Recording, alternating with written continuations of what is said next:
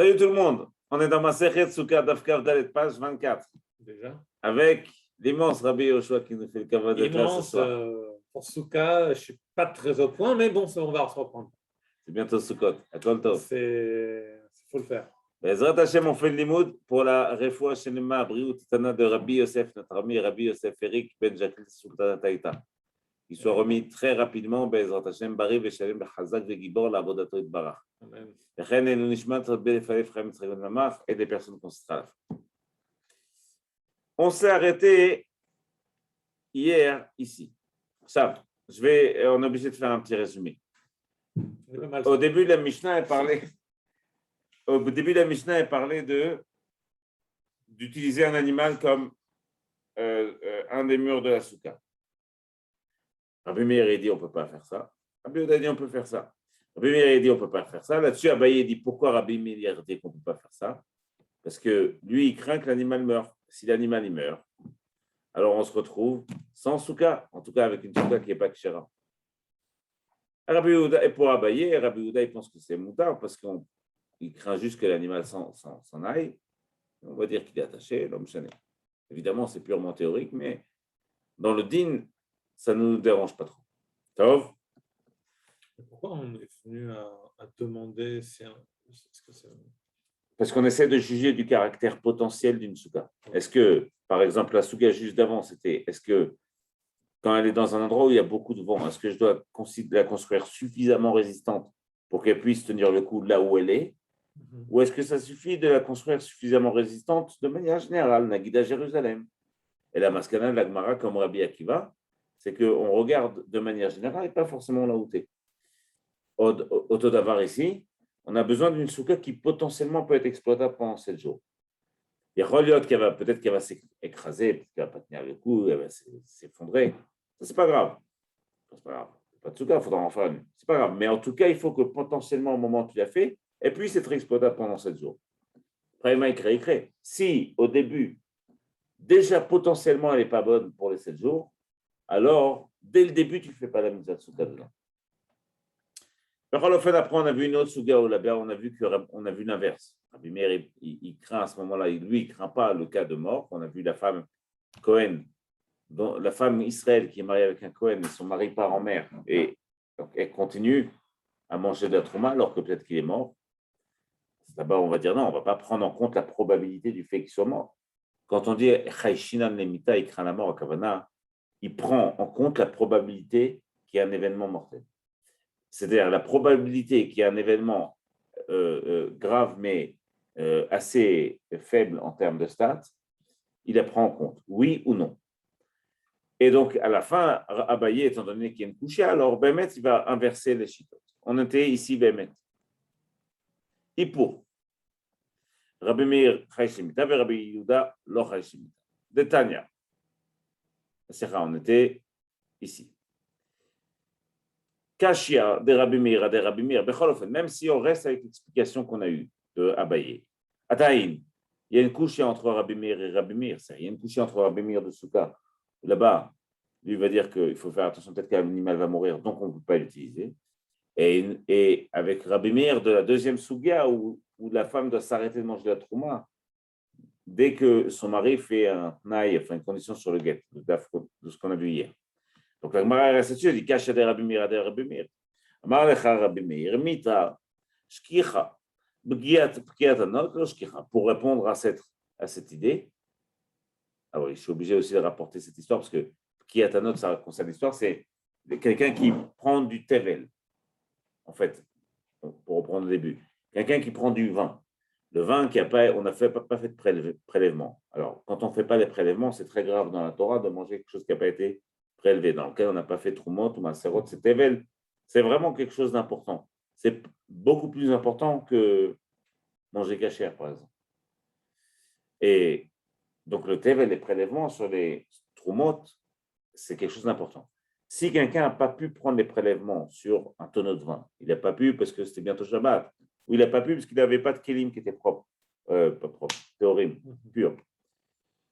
Alors, il y a une manière de faire les prélèvements a posteriori. C'est-à-dire qu'il dit, je vais boire, mais déjà, dès maintenant, je considère que ce qui a un un centième de ça, ou deux centièmes, un cinquantième de ça, c'est la trouma, un dixième de ça, c'est maaser, et un neuvième, etc. Il fait les prélèvements, et après, quand il aura fini de boire, et après Shabbat, alors ce qui restera, il le considérera comme prélèvement. C'est-à-dire qu'au moment où il consomme, il dit que potentiellement, il y a une partie qui est prélevée, mais elle n'est pas encore définie, elle sera définie après. C'est ce qu'on appelle Yesh Brera. Yesh Brera, c'est un concept très, très important dans la Gemara et dans la Halacha, qui dit que les choses peuvent se définir ultérieurement, mais avec un tokef, voilà, la condition et une loi appliquée, les mafréades, a priori, c'est-à-dire depuis le début, rétroactif, c'est le mot que je cherchais, rétroactif. Zenikra Yesh Brera. Ça, qu'est-ce qui se passe? Si le type il dit je prélève, voilà, cette partie-là du tonneau, ce sera Maaser, et cette partie-là, ce sera Trouma Gdola. Et il prend son vin Shabbat, sauf qu'à Seuda Shlichit, il a un peu picolé le gars, et il trébuche sur le tonneau. Et le tonneau, ça nous arrive jamais. Ça nous arrive jamais. Ça nous arrive jamais. Et le tonneau s'explose. Alors là, il est très embêté parce que ce qu'il a bu, c'est Evel, puisqu'il n'a plus de quoi faire les prélèvements. Ça veut dire qu'il n'y a aucun prélèvement qui a été fait. Donc tout ce qu'il a pris depuis le début de Shabbat, ça a été consommé sans prélèvement, c'est du Tevel. Donc il fait un issour assez important. Tov, ça s'appelle Kiatanot, anode. C'est-à-dire qu'on craint que le tonneau ou la gourde, enfin l'homme sonné, elle s'explose. En termes de statistiques, au début, la Gemara considérait que c'était un événement qui était assez comparable à celui de mourir, ou en tout cas à celui qu'un animal meurt. Un tonneau qui s'écrase, un animal qui meurt, echad echad. Tov. Azagmar dit Kasha de Rabimir. On reste donc avec une contradiction. Est-ce qu'on prend oui en compte les événements peu probables comme la mort, ou alors comme l'explosion du tonneau ou pas? Amar Lacha Rabimir, Mitashkicha. Rabimir, il va répondre à ça. Mita, la mort, c'est quelque chose qu'on peut retrouver assez facilement. Kiatanot Loshkicha. Mais le fait que le tonneau s'explose, c'est moins fréquent. Ce n'est pas que c'est moins fréquent en termes de statistiques ici, c'est que c'est moins fréquent en termes de conditions. Pourquoi? Tu peux mettre quelqu'un qui va être dans le job, ce sera de faire attention. Tu ne peux pas mettre quelqu'un, enfin tu peux, mais ça ne va pas forcément marcher, de faire attention que les gens ne meurent pas, ou alors que l'animal ne meurt pas. Ça ne marche pas toujours. Par contre, ça marche mieux de mettre quelqu'un qui va faire attention que les tonneaux. Alors, ça ne veut pas dire que ça ne va pas arriver, mais en termes de stats, on a considérablement baissé cette stat. Sauf la Gemara dit non, de l'autre côté, tu as aussi qu'à des Rabbi Yehuda, aussi Rabbi Yehuda, ils sont inversés. Une fois, il craint, une fois, il ne craint pas. La question de Rabbi Yehuda, ce n'est pas qu'il a peur que le tonneau s'explose. Il a une autre svara. Elle a mishum de l'être hébreu. Pour lui, cette chita-là de faire les prélèvements et de dire que c'est une valeur rétroactive seulement quand tu as fini, ça ne marche pas pour Rabbi Yehuda.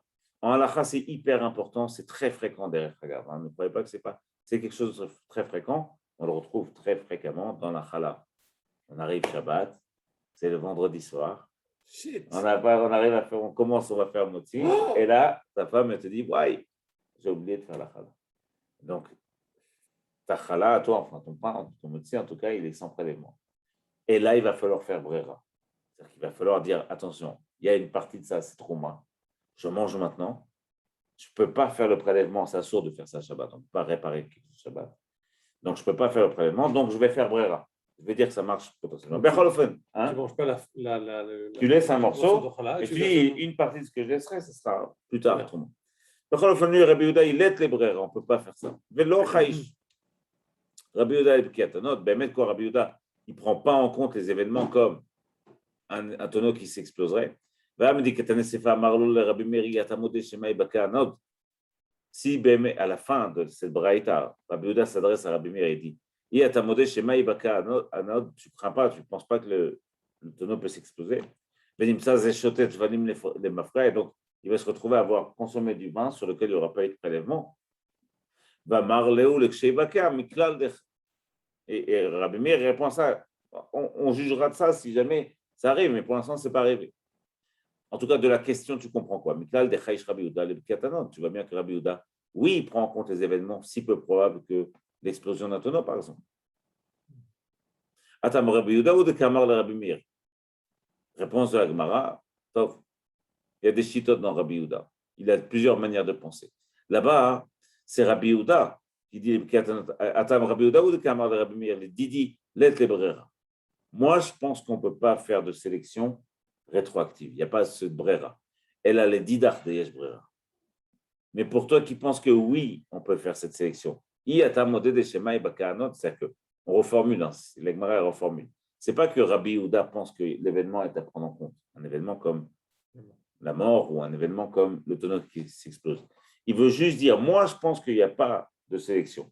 Mais pour toi qui penses qu'on peut faire une sélection de la trauma, plus tard, à Daïm, il te reste un problème. C'est le problème du tonneau qui va s'exploser. S'il s'explose, le type aura bu du vin qui était venu. Là-dessus, il lui a répondu l'Exeibata. La Gemara revient, il dit quoi? Il ne prend pas en compte l'événement de la mort, comme dans la Souka cette fois-ci, où pour Rabbi Yehuda, il n'y a pas de problème d'utiliser un animal comme toi, pas comme toi, comme mur, pardon. Parce que la mort est un événement peu probable. Vatnan Rabbi Yehuda Omer. Et pourtant, Rabbi Yehuda, il dit, ça c'est dans ma Sechet Yoma. Dans ma Sechet Yoma, hein, au moment où le Kohen Gadol dans la Torah fait la Avodat Kippour, il y a marqué Vechiper Ba'ado Va'ad Beto. Il fera une kapara pour lui et sa femme et sa famille. De là, Chachamim m'ont déduit que le Kohen Gadol qui sera au Beth Amikdash, il faut qu'il ait une femme. S'il n'a pas de femme, il ne peut pas faire de service. C'est-à-dire que si jamais la femme du Kohen Gadol meurt, le Kohen Gadol est un Kohen sans femme, et ce Kohen sans femme, étant donné qu'il ne peut pas faire le travail pour pardonner à sa femme et à sa famille, il ne pourra pas non plus pardonner à tout le monde. Donc, il y a un problème de avoda. Donc, Chachamim avait demandé à ce qu'on prépare une femme. Alors, c'est vraiment ici quelque chose de, j'ai envie de dire, c'est pas technique, mais on ne peut pas se retrouver avec un Kohen Gadol qui n'est pas marié au moment du service. À ce moment-là, il faut qu'il soit avec une femme. Et donc, là-bas, Rabbi Yehuda, il lui disait, c'est lui qui propose ça. Si c'est lui qui propose ça, pourquoi il propose ça? Tu vois bien qu'il propose ça parce qu'il veut prendre en compte la probabilité que la femme du Kohen va mourir. Donc, il veut prendre en compte ça. Il dit, on va préparer une femme au cas où la première meurt. Pour pas qu'il y ait un moment. On a eu ça ou c'est arrivé ou pas? Je crois qu'il y a un micro où c'est arrivé. Mais les Chachamim ne sont pas possibles comme ça. Les Chachamim ne sont pas d'accord à ça. Ils disent, d'avoir ça. La Mishnah dit, si c'est comme ça, il n'y a pas de fin. Sauf. והפישה אחרת מתקינה, שמתמות אשתו, הנה, מפורש, de peur que sa femme meure. היית מראה לאמר רבונה, ברדרי ושם, מעלה עשו בכפרה.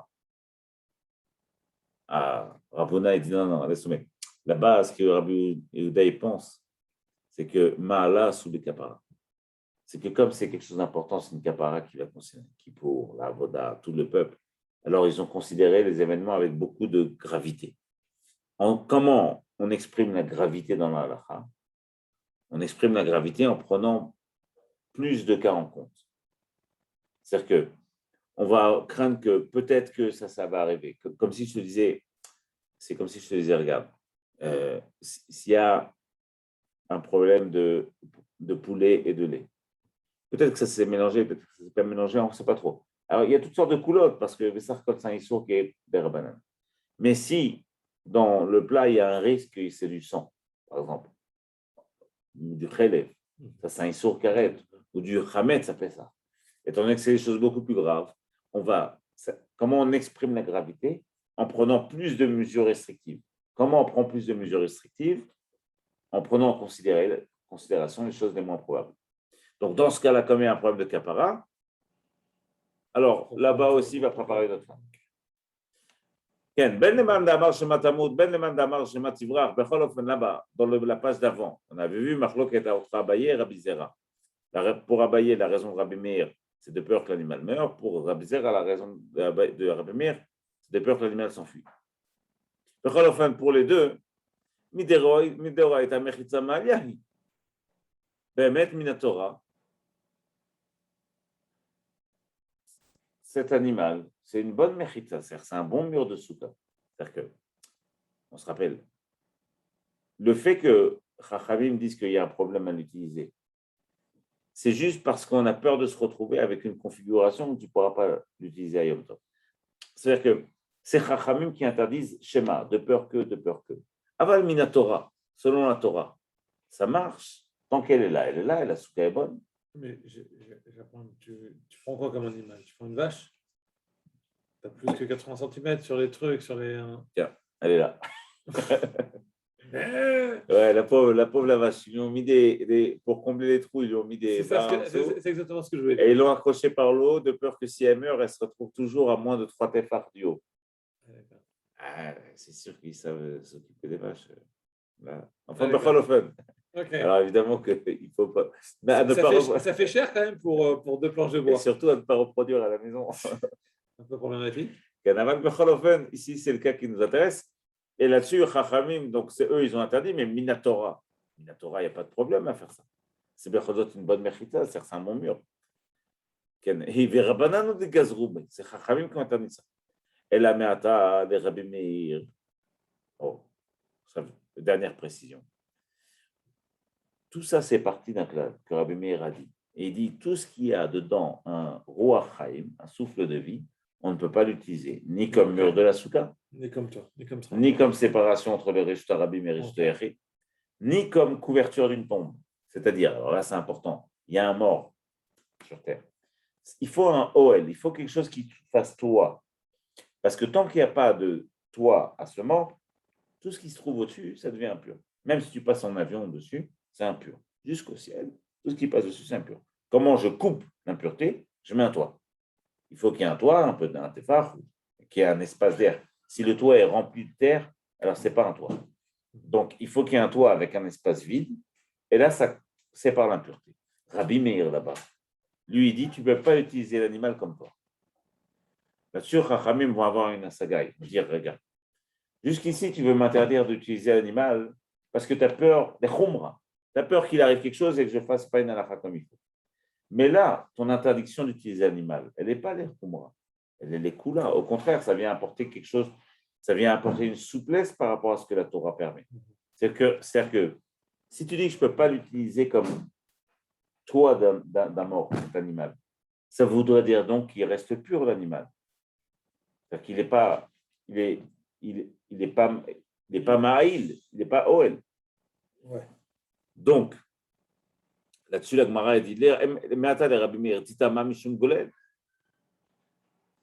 il devrait devenir impur parce que Béhémet, il est au-dessus de l'animal. Al-Matnan, Rabbi Yehuda, Metame Mishum Goled, et Rabbi Meir, Metaher. Tu vois bien que Rabbi Yehuda, lui, Béhémet, pour lui, cette toiture marche, donc l'animal est impur, alors que pour Rabbi Meir, non, et donc il reste pur.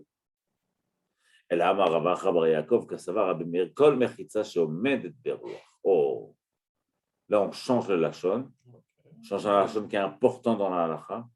C'est-à-dire qu'on ne dit pas kol mashiesh bo ruach chaim, c'est pas qu'il y ait chaque personne qui avait un souffle de vie. Et la kavana, il faut que pour une soukha soit bonne, il faut que chaque mur, omedet beruach, si elle ne tient pas devant le vent, c'est-à-dire que si le vent la bouge et qu'elle ne tient pas en place, en amechitza.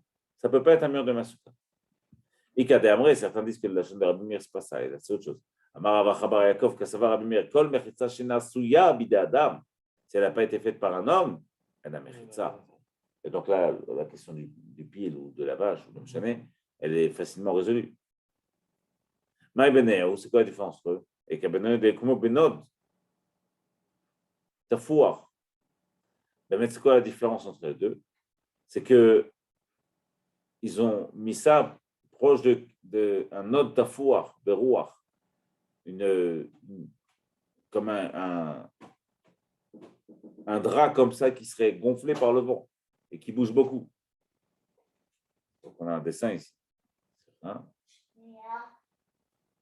Et tac. Là. Et là. Top. Donc ça est. בכל אופן, למאן דאמר, למאן דאמר מחיצה עומדת ברוח, אין המחיצה. Pour celui qui dit que si le la mechitza, le mur, il ne tient pas au vent. Areomedet beroir. Là, dans ce cas-là, ben, ça tient le vent. Demande à Amar, Adam. Si tu dis que c'est parce qu'elle n'a pas été faite par un homme, elle a été faite par un homme. De roi, c'est bida Adam, parce que le fait que ça a été gonflé, ça a été fait par un homme, et donc c'est quelque chose qui est humain, donc a priori, ce serait caché. Amar, Meshum Rabbi Yossi Aglili. Là-bas, la Braïta, après avoir cité Rabbi Meir sur les choses, donc on ne va pas utiliser un animal, lui rajouter Rabbi Yossi Aglili, il a rajouté de ne pas écrire un get. On ne peut pas écrire un get sur un animal.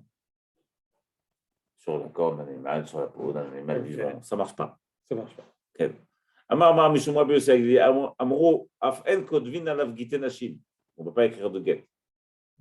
Maïta Amade Rabbi Yossi Aglili. Pourquoi Bémet? C'est Tania. Là-bas, il y a marqué, alors le passouk, il faut le lire. Donc, un homme se marie avec une femme, et finalement, ça ne marche pas entre eux. Là, il lui écrira Sefer Kritu, un livre de séparation. C'est traduit probablement mal, mais dans les mots, c'est un peu l'idée. Venatan Beyada, il lui donne dans la main, vraiment, ça fait de ma main. Puis si le Ram Beto, donc elle partira. Elle partira de sa maison. Chav, juste pour comprendre cette souga, il faut comprendre que tout ce qui est la Torah a mis une corrélation entre la manière dont une femme et un homme s'unissent et la manière dont une femme et un homme se séparent. Et donc, on va retrouver des points communs. Parce ici, pourquoi Bémet, premier pshat, pourquoi pour Rabbi Yossi ça ne marche pas d'écrire ça n'importe quoi, notamment sur un animal, sur la corde d'un animal, absolument.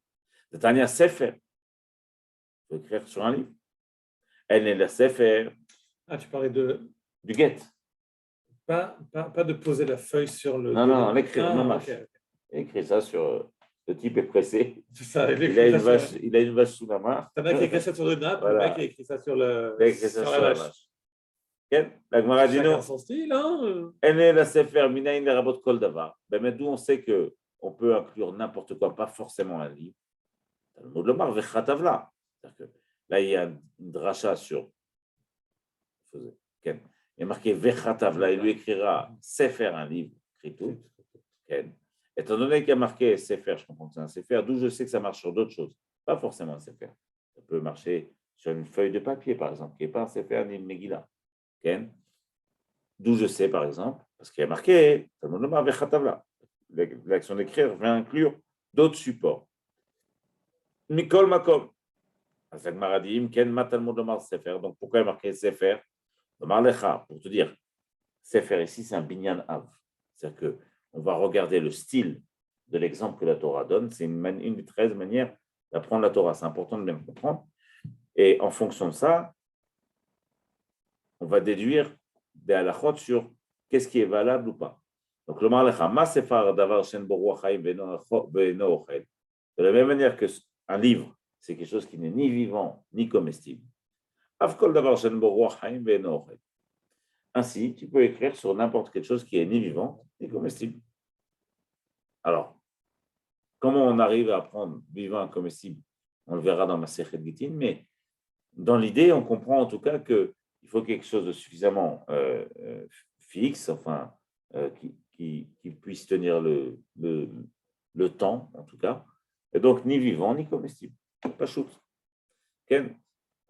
La maskana ici de ce passou, c'est qu'on peut écrire sur n'importe quoi, sauf sur quelque chose qui est vivant ou comestible. Donc, évidemment, pas sur un animal. Sauf, Verabanan, pour Rabbanan, qui ont une autre rachat, Ikatav le Sefer, Kedar Kamarta, Hashtat Irtiv Sefer, les Sfirat Devarim. Pourquoi il y a marqué Sefer? C'est parce que à Kavana, c'est pour Sfirat Devarim.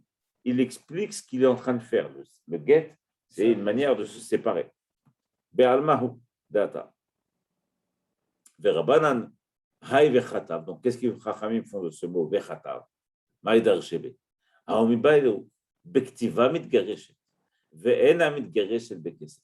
Chachamim ici, ils mettent l'accent là-dessus. Il dit, regarde, attention, Pourquoi il y a marqué Vechatav? Il y a déjà marqué Sefer. C'est-à-dire, on comprend qu'il faut qu'il y ait si pour Dvarim, Sefer Kritout. Pourquoi il y a marqué Vechatav là? Pourquoi le mot, pourquoi avoir écrit Lirtov? Ça, c'est parce que Chachamim comprennent qu'il faut faire une distinction entre la manière dont une femme s'unit à un homme et la manière dont elle se sépare d'un homme. Quand elle s'unit à un homme, il y a plusieurs manières. Une des manières, c'est effectivement qu'ils font un contrat entre eux écrit. Une autre manière, c'est qu'ils font un contrat monnayable. Voilà une somme. Alors, Chas v'Shalom, on ne parle pas d'une transaction normale. Par contre, on parle, oui, d'un contrat. Un acte de mariage, c'est contractuel. C'est-à-dire que le fait qu'il y ait une somme d'argent, c'est pour te dire que c'est un contrat. D'ailleurs, ce serait bon que tout le monde se souvienne que c'est aussi un contrat, un mariage. Pas seulement une volonté de chacun, c'est aussi un contrat. Ici, dans le contrat s'exprime aussi par une transaction monétaire. Voilà de l'argent, et avec cet argent, on peut monter notre contrat. Ça ne marche que dans l'union, mais ça ne marche pas dans la séparation. Dans la séparation, il faut que la séparation soit établie à l'écrit. C'est pour ça qu'il y a marqué Bechatav là. Donc, Chachamim font cette dracha, eux, ils disent Ichatav Sefer Kedei Amarta Asher Esecha. ורבנן וחטב מאי דרש נמד השם ניבלו והכתיבה מתגרשת ואינה מתגרשת בכסף. סלקא דעתה. Pourquoi? J'aurais pu croire. Amina oil veitkish yetzia lehavaya. Puisque Bémet la Torah a mis ensemble le fait de s'unir et le fait de se séparer. Parce qu'il n'y a pas ce qui dit Veyatsa, Ve'aïta. Veyatsa, elle sort de la maison de son père, Ve'aïta, Leish. Ou elle sort de cet homme et elle sera vers un autre homme, c'est le divorce. C'est ici. Il faut qu'il garde. C'est pas ce que d'après. J'aurais pu croire que de la même manière que le contrat d'union peut se faire sur de l'argent, même le contrat de séparation peut se faire sur de l'argent.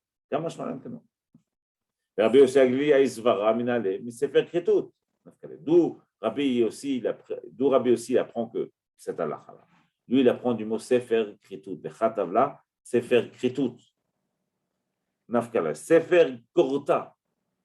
C'est le livre qui va la séparer. Ve'en davar acher korta.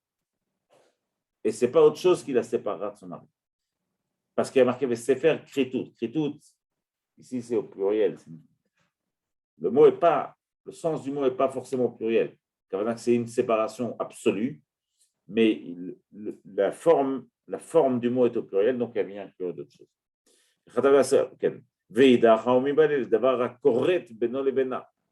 Et bien, pour Chachamim, on en a besoin pour dire que c'est quelque chose qui est correct, c'est une alliance, enfin, c'est un acte contractuel, correct, une brite aussi. Benol et Bena, qui est un rezegiter, c'est que c'est correct. Il faut qu'une séparation entre un homme et une femme soit absolue. On ne peut pas mettre ça sous la condition d'un événement qui ne sera pas prédéfini. Les dogmas. Un type, il donne, il va voir sa femme et il fait voilà, ça c'est ton guet, si jamais tu bois du vin. Au moment où il lui donne, ce guet n'est pas sous. Pourquoi? Parce qu'il n'a pas de valeur. Peut-être qu'il ne sera jamais bon, peut-être qu'il sera bon, peut-être que jamais il boira du vin, peut-être qu'il va en boire. Alors, on le dit. Or, si c'est vrai que ça marche dans la Kiddushin, ça ne marche pas dans la séparation, parce qu'il y a marqué Sefer Kritut, quelque chose qui te sépare. Définitivement. Voilà, définitivement et de manière absolue. Or, ici, on ne sait pas si ça va arriver. Alors, si tu ne retournes plus chez ton père. Léolam. En Kritut. Ce n'est pas un guet. Il lui dit par contre, Kol Shoshim Yom Arezegiter. Daïnon. Dans 30 jours, ou alors tous les 30 jours, ou alors à 30 jours de passer, comme on dit Rachid.